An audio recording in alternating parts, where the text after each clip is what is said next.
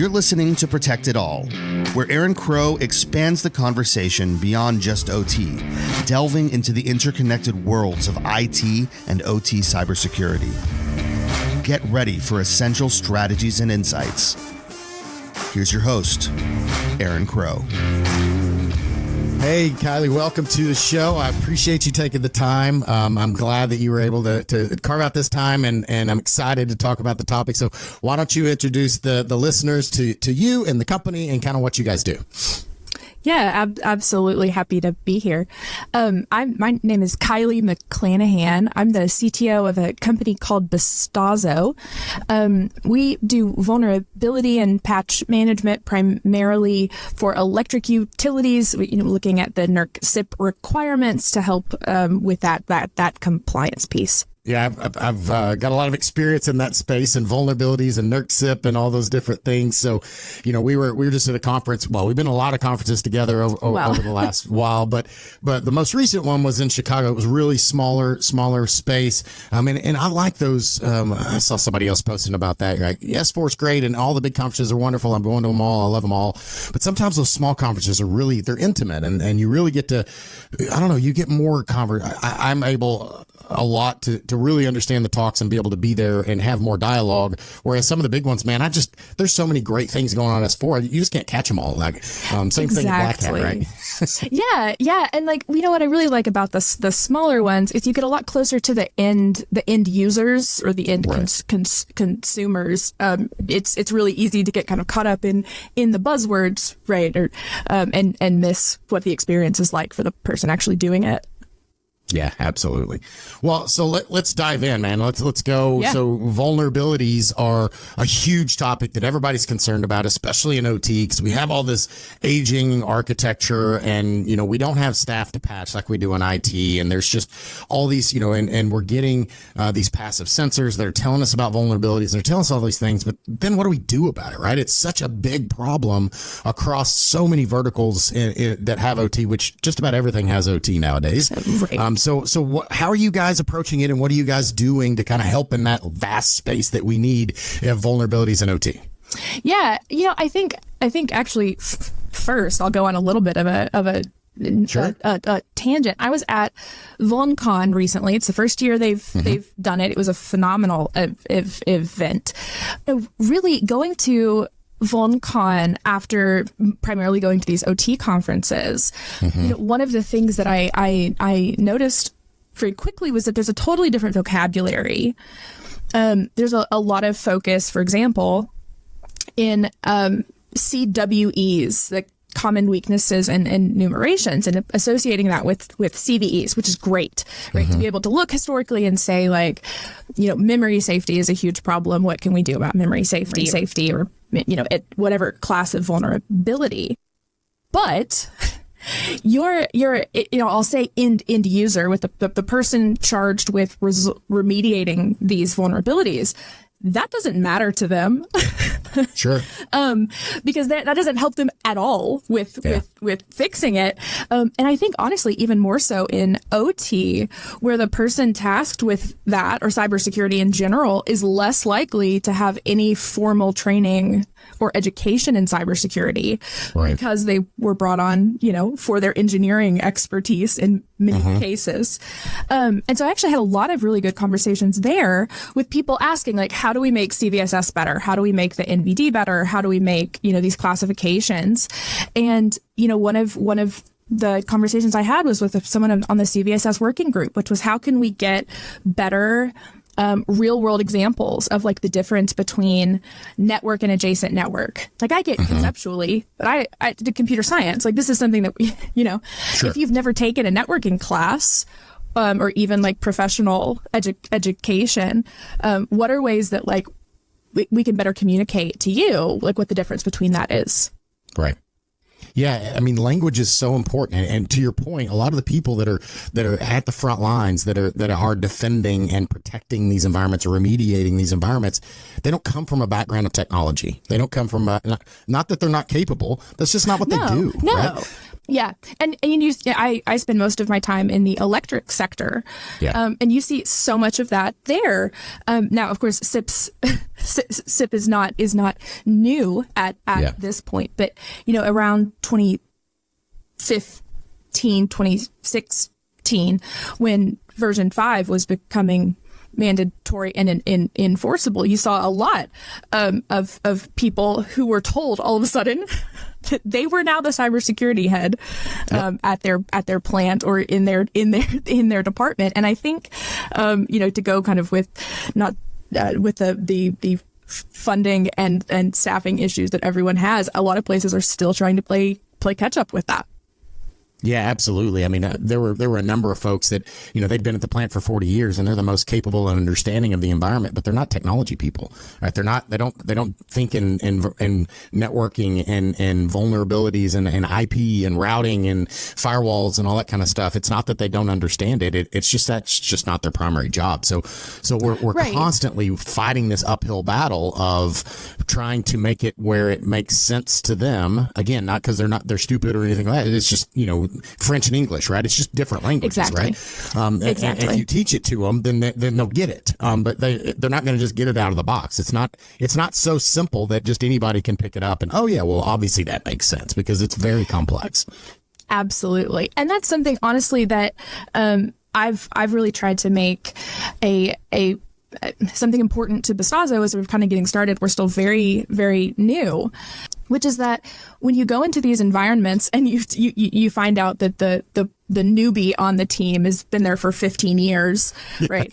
One of the greatest assets there becomes the intuition, the intuition that something is wrong. And what I've seen a lot of is teams or plants, whatever, with incredible amounts of this learned experience, who spend their time doing, I want to be clear, I'm not saying useless, right?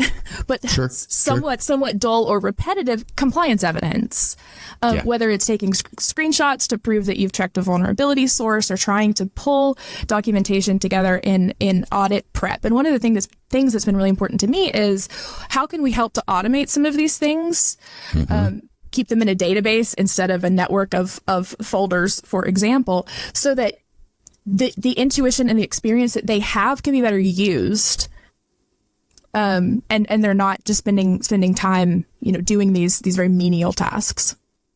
Yeah, and I've been around NERC a long time, all the way back, version 3 and implementing 5 and 6 and all the different things. I grew up in power utility and generation and transmission. So I've seen that firsthand and how difficult and how the language is. And I've seen it across multiple organizations, very large organizations. So I've seen how it's kind of like religion. You read the same line in the Bible and two different people take two different complete things from the same words that are on the page, right? They're the way that they interpret it and the way they implement it are vastly different. And that's where the language and the NERC language is meant to be, fairly vague so that you can implement it for your organization. But, you can also misunderstand. There's a lot. It's not black and white. It's very, very complex. And again, I've seen vastly different implementations of the same exact thing. And they're both compliant, right? So they're both checking the box for compliance, but they're not doing the same thing from a cyber perspective. No, it comes down to doing what you've said and set out that you're going to do. Right. Yeah. Right. Yeah, but sometimes I think it's a double-edged sword, because sometimes I don't like compliance in that I think many people do just the bare minimum to check a box for compliance instead of using that opportunity to do the right thing. Or right is not really necessarily the correct answer or the word, but the most beneficial to the organization, from a not just trying to not get fined. It's kind of like, I'm going to go this speed because I don't want to get a ticket, instead of I want to go this speed because it's safe and it's the right, all the other factors are the right thing to do. My kids are in the car and, there's a dog on the street and the stoplight's not working and all those other factors. It gets to the same answer sometimes, but other times it's vastly different. Sometimes it's like, hey, I'm just going to take a different road because that road is problem, I'm going to go the back way because it's safer. And that's probably the better way. I'm not going to connect. I'm not going to, drive the fast car. I'm going to drive the other car. So my analogy is breaking down a little bit, but you get what I'm trying to say. No, here. absolutely. And sometimes, not even just sometimes, it becomes a question of funding, but requisitioning funding. If you can say, I have to be able to demonstrate this. Here is a tool that will do this. It costs this amount of money. That's something that may be achievable versus I need a tool to protect my network. Okay, well, what does that mean? And how far? And how many people do we need? Right.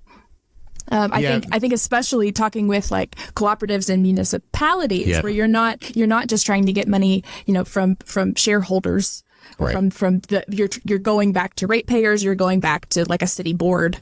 It can be difficult. Well, and those are even beyond just funding. So funding is a hard thing, but even beyond that, I worked for a power utility. And again, I've worked across very large power utilities and even smaller ones too, but they have teams. Like maybe it's a small team, but they still have somebody that has that job. When I go to municipalities and water districts, they don't probably have anybody Todd knows the most about it, but that's not his job, and he's not a cyber person, and he doesn't even have OT in his title, and he doesn't even really do it, but he can speak that language better than anybody else, which is still probably at a, 8th grade level compared to the, multiple PhDs that you need to have an expert level of understanding in these environments, right? Right. Right. Well, and I think, to kind of go back to the beginning and the difference in language, I think this is where, vendor security advisories start to become really important. And I think it's why a lot of NERC SIP, at least in practice, SIP 7 has leaned towards the patch side. You got to keep track of patches, and vulnerabilities are kind of more of a if you have time, right? And I think I think part of that is this language that the advisories from vendors, or at least the notifications of patches, is something that you can do without requiring your, end user, analyst, operator, whatever the term is, to have an understanding of the vulnerability and its capabilities. Whereas if you ask somebody just to scroll through the NVD, you have to figure out if it applies to you, and then also if you can even do anything about it. That's not easy to determine.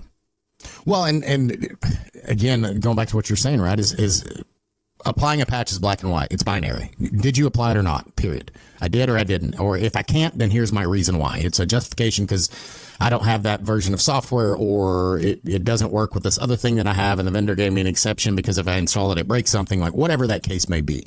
But to your point, when you're looking at vulnerabilities, there's a lot of ways to mitigate. You can put in a firewall rule. You can, uninstall or disable RDP or whatever the thing is for the attack vector. There's a lot of different ways that you can do that.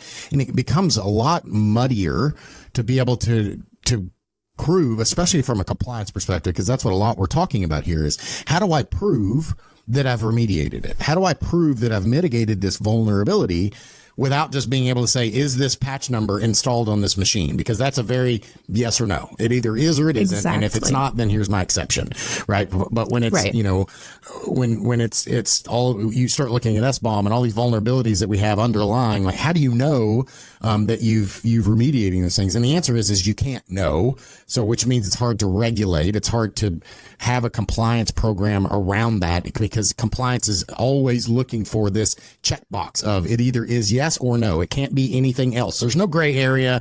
There's no purple. There's none of that. It's yes or no. Exactly. And, kind of to that point. So, I'm finishing up grad school at the same time doing stuff with this Stazo. And I was part of a grant called VINT for Vulnerability Intelligence. And it's what I spoke about at S4 this year. We had finished a big piece of it. So it was the University of Arkansas and the University of Arkansas at Little Rock. And then the Stazo and Network Perception. So Network Perception, for any listeners who don't know, right? They'll take in firewall configs and give you kind of a graph model of your network. They've been around for a while, particularly in the electric sector. And so the goal of the grant being, if we have this network model and we have vulnerabilities that we know apply to your devices, we know that it's this vendor, this product, this version. Can we place an attacker completely, theoretically, we're not doing, it's not pen testing in any sense. Can we place an attacker and then see how far could an attacker get with available exploits? What if they had a high level of credentials? What if they had Active Directory? And how far could they get, with the goal being to get kind of a binary safe or unsafe, and to be able to give you reasons for that. It's safe because this vulnerability requires RDP, and you've blocked RDP in the path to that device. To be able to say, like, you still can't know for sure, right? There's still the chance that a malicious insider is going to come wreck your system.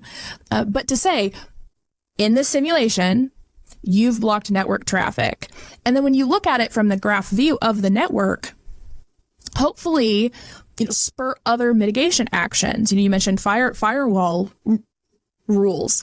To look at, if we have a set of assets across the network that may be vulnerable, and maybe they are unsafe vulnerabilities, is the best remediation to go patch each one of those? Or could we do something broader? Is this a time to start putting in better network segmentation? Would that help us? Could we patch an upstream node and then just one, and then prevent exploitation of these further on, to be able to help you closer to the question, like, am I at risk?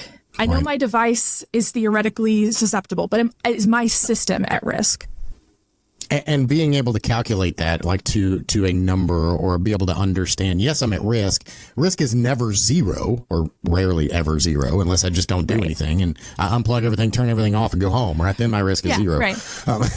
But that's not what we're talking about here. But your risk is never zero. Like, you never can secure your network. Like, you can improve your security, you can expand your security. But we all know, given enough time and opportunity, somebody can get in. It's just like the lock on my front door. Like, I can buy the most expensive lock in the world, but I'm never going to just depend on a lock. I'm going to have a lock and a security system and cameras and a dog and a gun and like all the different layers of security, because I know if somebody wants in, they're going to get in. Like, if enough time and opportunity, they're going to get in. They're going to drive a car through my front door. Like, that doesn't help how great of a lock I have if they drive a pickup truck through it. Exactly. So that really that, given those tools, that's a better way to understand and to, that's really a lot of the struggle that we have today is communicating the struggle that we have, and what risks we have, right? Because again, board level conversations, they want to understand, what is my risk, right? And but they're not cybersecurity professionals, they're not necessarily technologists, et cetera. They're really looking to be able to put it into business terms and financial terms. What is the risk? Like, if here's my risk and now we're going to lower it, is it a $10,000 cost? Is it a $100,000 cost? What is my risk? How much is it going to cost me if I don't do it? Like, and a bad guy takes action. How much is it going to cost me if I try to remediate so that the bad guy can't get in? What's the delta? And ultimately, that's what we're talking about here. Is we're always weighing the pros and cons, the risk and the reward of every conversation of, how do I get funding, and if I have $1, where am I going to spend that dollar? Is it better to patch all the systems? And OT, usually not. So what about these systems? Are these more critical? If I do that one up there, does it lower my risk enough that I'm comfortable with the risk? Because we've gone and that's the conversation that today is difficult to understand, especially if you have multiple sites and multiple types of sites. I've got power generation, I've got manufacturing, I've got gas pipeline, I've got warehouses, I've got buildings with elevators and HVAC. It's this vast problem that nobody can grasp their hands around to really understand the true business risk, because ultimately that's really what we're talking about. Right. And I think you have to factor in the IT risk as well, to be able to say, is that going to be the point of first compromise, or is that going to trigger us to take steps in our OT network, even if the attackers don't ever get there? Right. And I think, I think everyone wants a lovely equation that we plug in the 8 variables and we get a number. And I think people are starting to realize that it takes an incredible amount of expertise. And you're not going to end up really with a percentage. You know, if you are being given a percentage, please ask them exactly where that's coming from. That's right. 42. Yeah, right. It's the answer to everything. That's right. Well, yeah, you know, it's so complex. Even in, again, going back to, you know, you look at your municipalities and your wastewater and small organizations. Even a small organization, it's a complex problem. But you get into large organizations and multiple sites and multiple types of verticals inside of a business unit and all of that, like IT side and OT side and supply chain. And I mean, there's just so many factors that ultimately I know personally a lot of folks that are just throwing their hands up because they don't know what to do. They're just like, it's so complex. Yeah. I don't know where to start. Like, I've got a firewall. I don't know what else to do. Right. Right. You know, and honestly, I think it feels that way for the vendors too. Yeah. I was talking at VulnCon with someone from Siemens, and I'll say first, this is not me hating on Siemens. They do an incredible work. Yeah. We were talking for a bit about software identification, which is of course one of the big problems, right? How do you associate that? And, you know, he was talking about internally between the product development teams, the sales teams, and the security teams trying to agree on a consistent naming. You know, he'll say customers will come to the security team and say, am I vulnerable? I have a green box and a gray cabinet. And that could have been called 8 different things and, you know, not to hate on sales teams either, that's not my point, but in different markets, in different areas, in different times, that same box running essentially the same software could have been called many separate things. And so, you know, I could talk for a long time about CPEs, because there's all kinds of stuff there.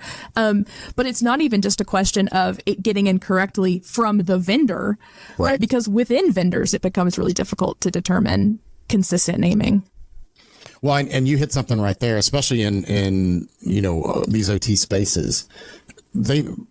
Our OT people look to their vendors, and they look to them like they're deities, and everything they say is truth from God's mouth, right? And yeah. As we know, it's not always that way, right? They're doing the best, and again, not to hate on them. I have a lot of great relationships with a lot of these vendors, but there's no way they can know everything. So they do their best, they test, they do a good job of those things, but it's not always the right answer, and it's not always 100% true, right? It's true to the best of their knowledge. I'm not suggesting any of them are lying or doing anything malicious. No, it's just they don't know everything. Exactly. Yeah. And, you know, when you talk about, especially the you know, big international OEMs, there may be information in one area that doesn't fully get communicated to another area. You're trying to break up the silos, as the buzzword goes. You know, it becomes really, really difficult. And so I think really everyone is kind of in a lurch, hoping someone else has the answer, and we're all in this together. So that's right. So one of the things you talked about at that conference in Chicago was on this integration with you know, network visibility and being able to get those firewall rules and you know, the routing tables and all that kind of stuff, and integrate that with vulnerability and really be able to try to understand that perspective. How have you seen that help conversations, even just being able to associate and really understand where my network is, how it really lies out, and where my vulnerabilities are, versus just looking at a CVE score, right, of an asset that you know, PLC number 1 has this many vulnerabilities. And what does that mean to me? I don't know what to do with that, right? Yeah. Okay, so I think here's where it really starts to help. It can be very easy to get in a whack-a-mole mindset with patching. Sure. Right. You have the mole pops up, you whack it with the hammer, you patch that one, congrats. And so it becomes really easy to lose track of the bigger picture because you're handling what's right in front of you. You're trying to meet the deadline, you're trying to get the audit evidence, et cetera. Especially if you are the one in charge of doing that analysis, finding the patches, getting people together to do what you need to actually install it. it is very, very difficult just because of the grind that you're in to take a step back and look at the big picture. What has helped in this grant and this collaboration is to have the visualization. Say, we can show you the network model of your system and the assets. Now, we still have little pop-ups that tell you the vulnerabilities that are there, but it helps, even just visually, to have the piece of, this is what my network looks like. I can see here, looking at the picture, that there's a connection. These 4 devices have a vulnerability. Here's the RTU. If I better protect the RTU and they can't get down to the sensors, or I better predict whatever it looks like. It's a lot easier to see the connections between devices that are networked, right? Obviously, and look for bigger remediations. Yeah, and what's that saying? A picture's worth 1,000 words, right? So being able, it makes a big difference. If you if you go to NVD's website, and it's not not me hating on the NVD, I'll put that disclaimer out there, but you go to the page that's just the most recently published vulnerabilities, right? I do this for a living, and it is an overwhelming experience, right? It's just like, they get published in blocks, and so you're trying to click through a few, and they all basically look the exact same because they're just slightly different, and they're all published at once. It's very overwhelming, and you end up with essentially an Excel spreadsheet with a ton of numbers that have limited connection to your actual network. And you're expected to make sense of that in a system that is dynamic.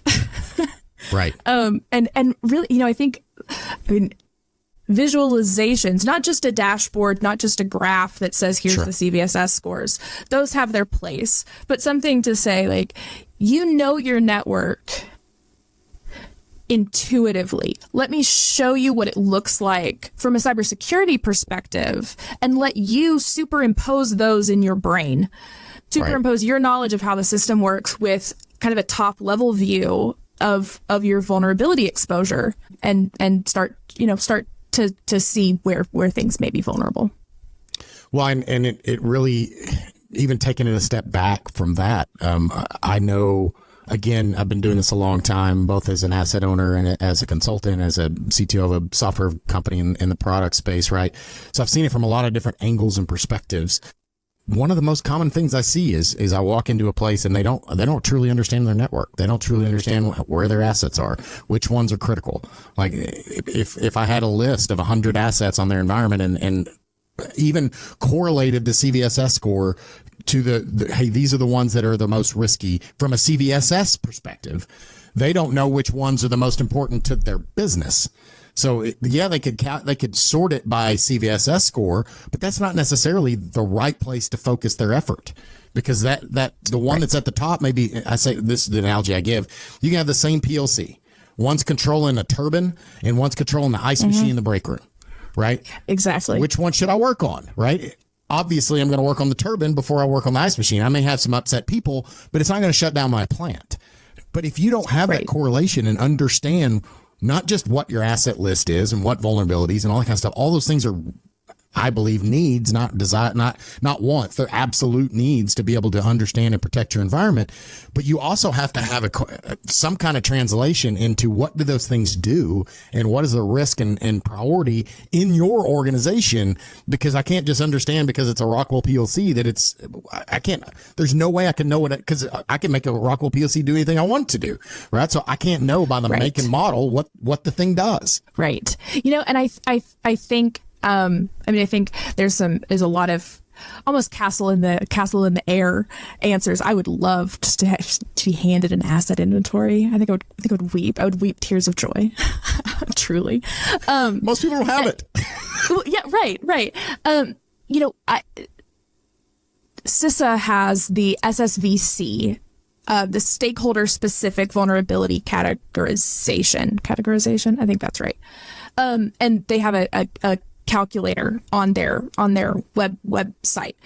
Mm-hmm. One of the things I really like about the SSVC is there's two questions to start off with about the vulnerability itself. Is it what's the kind of the exploit level? Is it automatable? And then you get to mission and well-being, to say how critical is this to your mission? And we're going to give you high, medium, low. Well, the equivalent, the actual values are a little different, but it ends up with high, medium, low. And we're going to give you some examples. And then how does this affect, when you're considering critical infrastructure, the public well-being? If this were compromised, how much would it affect that? And then you get to a decision of track, attend, or act. Right. And what I really like about the mission and well-being piece is that you don't have to be a technical person to, or have all of the specs to be able to answer that question. Now, it's not going to get you a complete asset inventory, but you could, without knowing details about uptime or rate of response, you can answer that question of how critical is it to keeping what we're doing here up and running, and if it failed, how big would the impact be to the public? Yeah, I think that's a really good step towards a workforce that is not trained in cybersecurity but is expected to perform it. Yeah, and it's sad that so few organizations have an asset inventory, right? I did an assessment on a power plant earlier this year, and they had an asset list, right? They gave me one. Hey, here's what we have. And I walk in, and I think there were 10 assets on the list. All 10 were wrong, and there were 100 assets that I found, right? So they were vastly off, right? And it was obvious it hadn't been updated in forever, but that was the best information that the local people had, right? So I'm like, I'm looking at this list, and I'm like, okay, and I'm sitting with the person in the room. He's not the OT guy, but he is the most knowledgeable person about the control system, right? He is the guy, guy or gal, whatever the situation is, and wherever it is. But that is the person that is responsible for it, right? So I'm asking him questions like, "What is this? I don't know."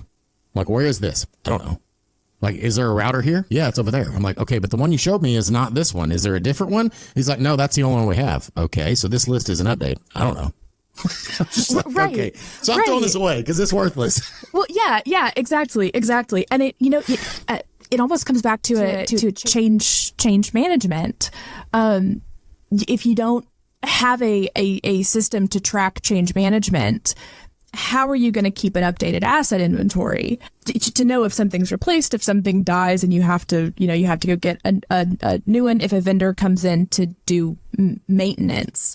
That's actually one piece that I've heard can be really difficult, is even for organizations that really try to track some sort of change management or work tickets, whatever you want to call it, that it can actually be difficult to always grab hold of the tech who comes on site to do updates and say, "Hey, I need you to tell us what version are we on now? What did you update it to? Can we get, the information that we want to store for audit purposes?" It's hard to get that. Yeah, it's a hard conversation. Obviously, there are products and tools. I used to work for one that did some of that stuff. But again, a tool's only as good.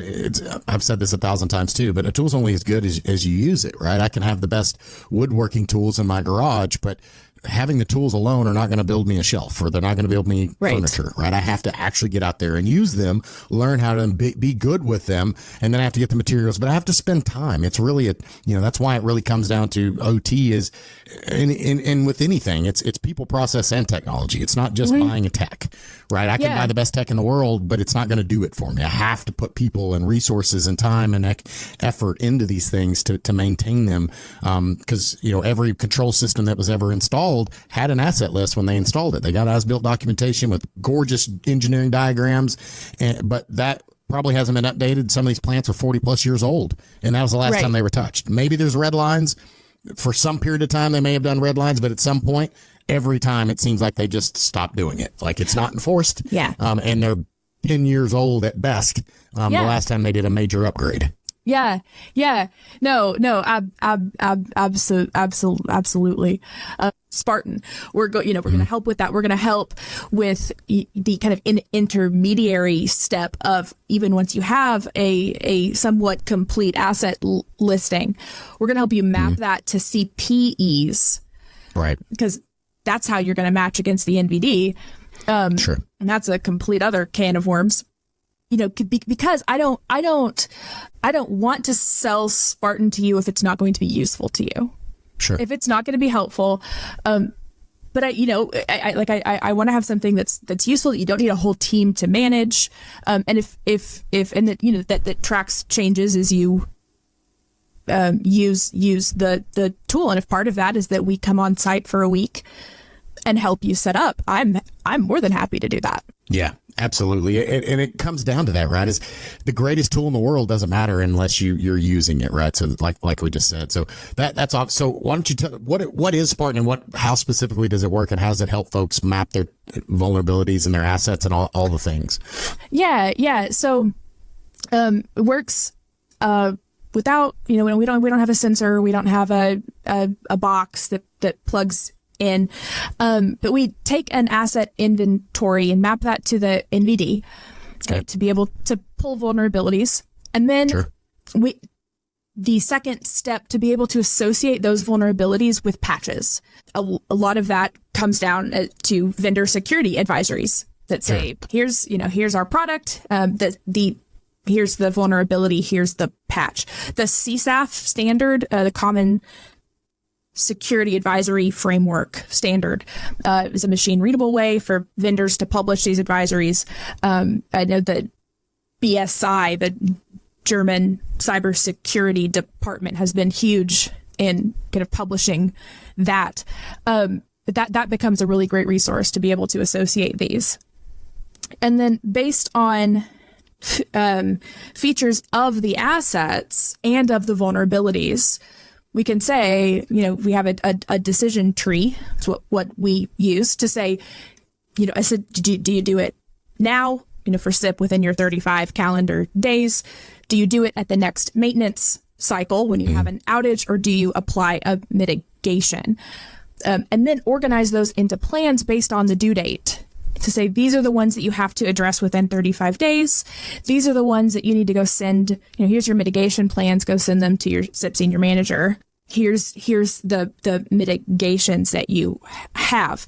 With that comes a way to manage baseline configurations for SIP 10. You're looking at patches, ports, system services, and software assets. So to track those, track any changes, and then keep that updated. We do this, so we don't do any active scanning. Spartan does not do any scanning.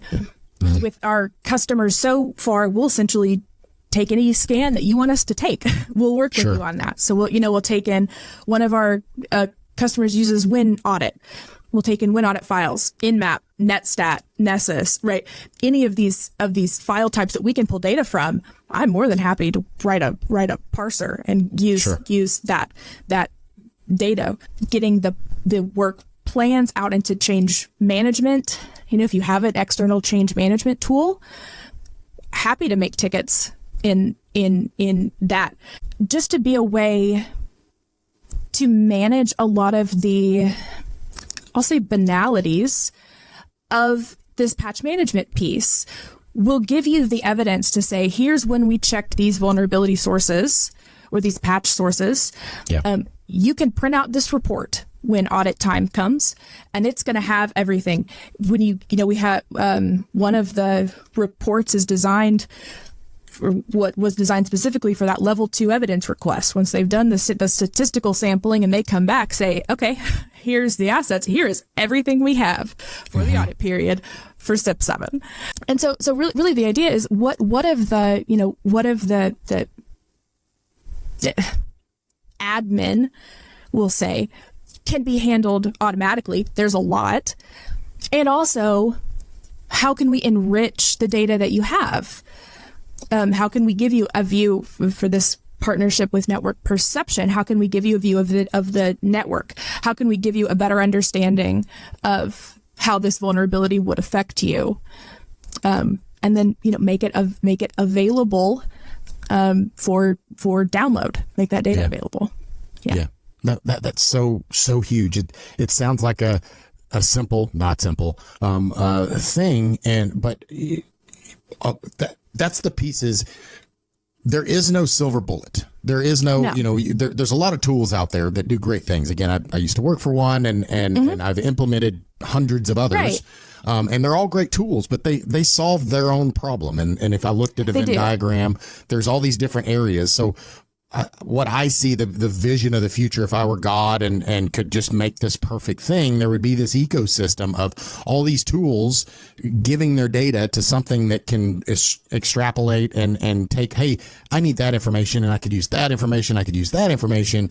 And I build this into a single picture and I do something with it, right? So like taking the network map and taking the asset list and the firmware levels that are on my system, connecting that with the MVD and, when's the last time I checked on these things and the last time, all those things together. And then I can print a report that says, hey, these are the things that matter, right? So when I have that and I have something I can look at, visualize, whether it's in a picture or even just in a spreadsheet that I can export and say, hey, these are the things that we have in our environment, not because it's 10 years old and that's the last time we update it, but because somebody scanned it, whether it's a tool or that whatever it is, that becomes a more dynamic and real thing that we can actually do something with, right? And then I know, hey, go do it over there. Like fix that thing first. Like fix the firewall rule or this asset over here that's controlling the turbine. Let's go fix that thing because it's a really known good vulnerability. Let's go fix that first.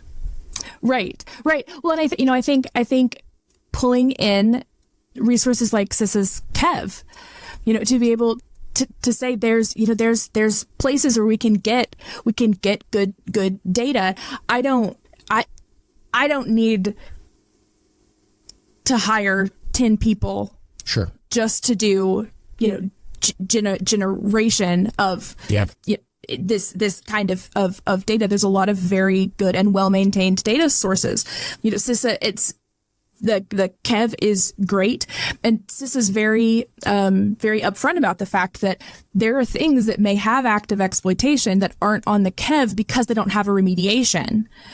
There's other lists that will maintain things that are actively exploited regardless of remediation status. I think the more we can honestly communicate, not even shortcomings, but the things that we do well and the things that we don't do as well, the better the situation for the end user.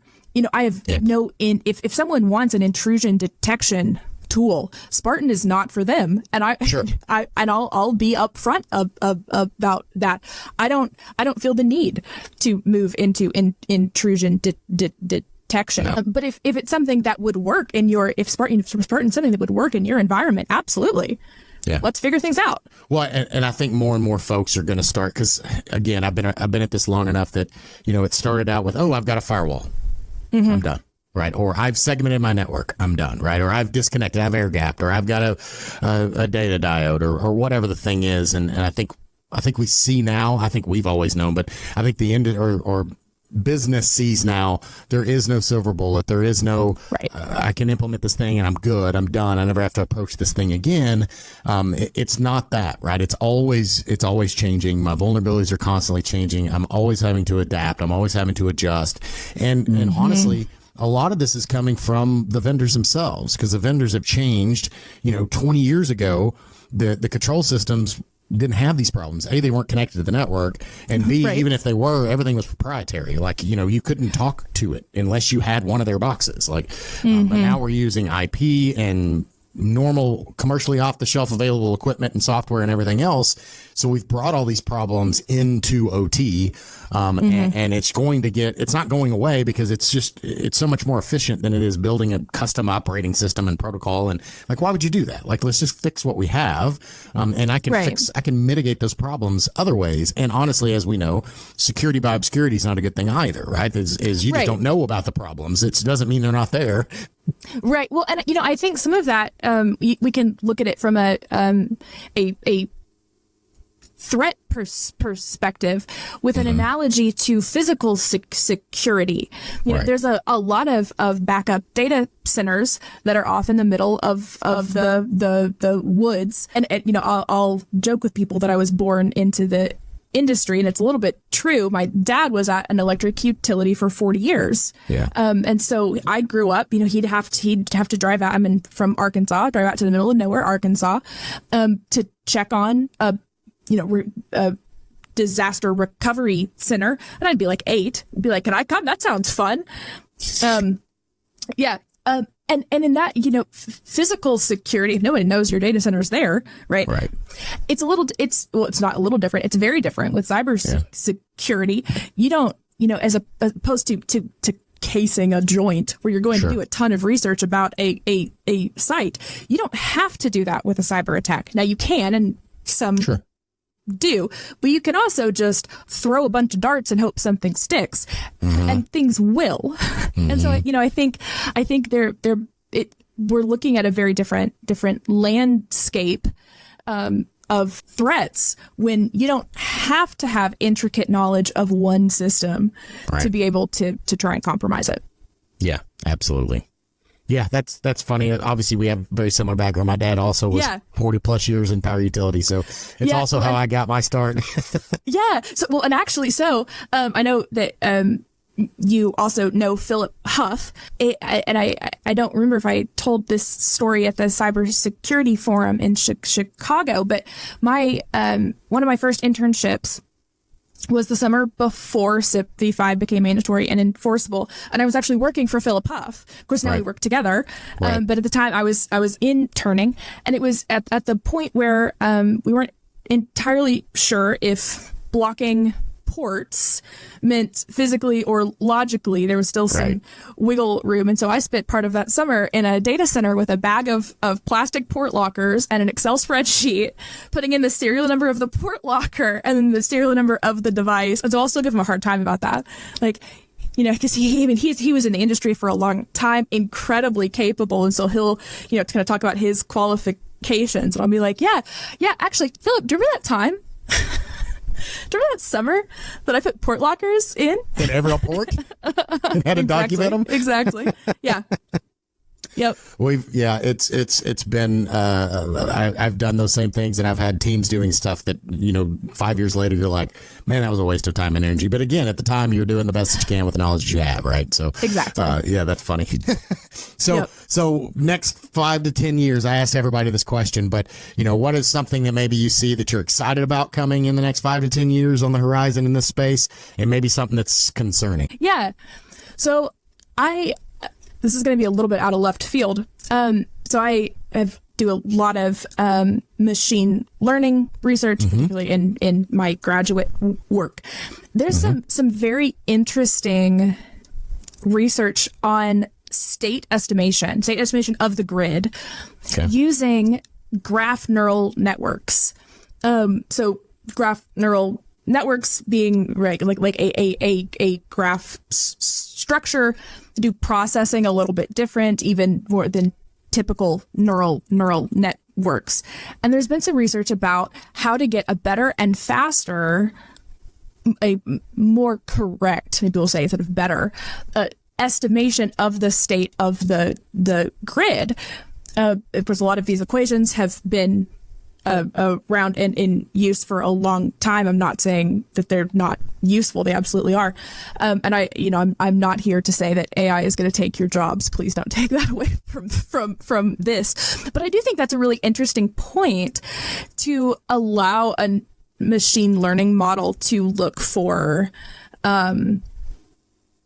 optimizations, perhaps, that we don't necessarily have the time to have someone sit down and try by hand to look for that. I'll stay on the same track for the other half of the question, which is that I'm going to, I be a cautionary voice about large language models. Now, again, I'm not on the doomsday train. Sure. It's not going to be Skynet. However, I think there's a risk in these large language models of, it's called hallucination. And so it's easy to say the model makes something up. I don't love that terminology because that's putting too much agency on the machine learning model. It has no idea what it's doing. It's giving you text. And it's right now, particularly, it's difficult to find a model that will give you any indication of the authenticity or the truthfulness, maybe we'll say, of what it's telling you. I see a lot of places. I mean, they're not putting it in control systems, so like that's not, but having some sort of employee chatbot or having kind of a knowledge portal, and I have a lot of hesitation towards that, because how are you knowing that it's keeping its answers to what you have told it to? Now, there's ways that there's a lot of research about how can you get things to be more truthful. A lot of that's very, very fascinating. But I'm hesitant about, this is an easy way to replace HR. No, it's not. It's really not. It's not. No, it's not. I play a lot with ChatGPT and the local models and things like that too. And it doesn't know. Like it's not. It never says I don't know. Right? Not never. Exactly. But it's going to give you an answer, and it may not be an accurate answer, but it sounds. And especially if you're not knowledgeable enough in the first place. So like I use it and I'll have it reword things for me, and I'll just do a data flow of what I want to say, and instead of worrying about syntax and formatting and all that kind of stuff, then I can dump it in ChatGPT and it'll give me out a thing, and then I can modify it. Oh, I don't like that. I don't like that. Right. But it makes me be creative. But you've got to be careful, because when it dumps it out, I'm the one that gave it the content, so I know, hey, this is supposed to say red, not blue, right? Because I told it what it's supposed to say, as opposed to what color should it be, and it says green. Like, well, I don't know any different, so green's a good color. There we go. Yeah, right. I don't. Right. Well, it's a great tool for those things. Like you want to edit a draft, not stare at a blank page. That's like, I am all on board for that. That's so helpful. But I think you hit the nail on the head. If you're asking it about things that you are unsure of, that's where I would say, let's hands off. Let's go ask Google. Or let's go do some research. Let's go look at manuals, or like whatever the question is. It is not looking up in Wikipedia for you. It's making statistical correlations. And it's guessing, and it's not citing its sources. Yeah, exactly. Or it is, but it's making them up. Right. It cited a source that doesn't exist. Did you hear about there was a legal case? Yes. Okay. Yeah. It had made up a citation. Well, go ahead and say it. Oh yeah. There was a case where a lawyer had cited a particular case in a briefing, and the judge came back and said, "We can't find this anywhere." And he said, oh yeah, well, ChatGPT told me about that one, actually, so I don't want that on the court record, but congrats, my dude. Yeah, it's inevitable to happen, and I think I'm very excited. To your point, I'm very excited about the opportunity that AI and machine learning and large language models, et cetera, are going to bring to us. But we also have to be very careful. Like, there's a reason why the OT world is 10 years plus behind the IT world on the technology side. Right. I drive a Toyota or a Lexus, or, there's a reason why their technology, if you look at a brand new Toyota versus a brand new Chevy or Mercedes or whatever, it's not the same tech level. And the reason behind that, if you look at it, because they never put anything into their car that they haven't tested for 10 years. Yeah. Yeah. So, but that's also why you look at the most reliable vehicles on the road, and they're always Lexus and Toyota. Like, those are the two, and they're the same company, right? So there's a reason why, you can drive, you see a 15-year-old. I had a 2008 Toyota 4Runner, and it had 300,000 miles on it, and it was like a perfect vehicle. Yeah, right? Nothing wrong with it. You rarely get another manufacturer, not to beat up on any of them individually, but you rarely are going to get a Hyundai or a BMW that has 300,000 miles unless you put a ton of maintenance into that thing and rebuilt motors and replaced all sorts of stuff. Whereas my Toyota, you just put oil in it and it basically just runs forever. Going. Yeah. Exactly. Yeah. So we need the Toyota implementation of AI and use cases for OT. Exactly. The move fast and break things approach to tech isn't really working in OT. It doesn't work here. It doesn't work here. Well, awesome. So, hey, anything to kind of closing out? Any places you want to be? Anybody, as far as the audience, how do they get a hold of you, or if they want more information about Spartan or anything that you guys are doing? Yeah. Well, I'll be sure there'll be links in the show notes to Vistazo's webs. You can find me on LinkedIn. Just my first and last name. It has there's not a lot of people with the name Kylie McClanahan, which is really, really kind of nice. I end up at conferences a lot. You can always grab me and, say hi. Always, I'm always happy to meet new people in the field. Well, whether you're new in the field or you're just new to me, either one.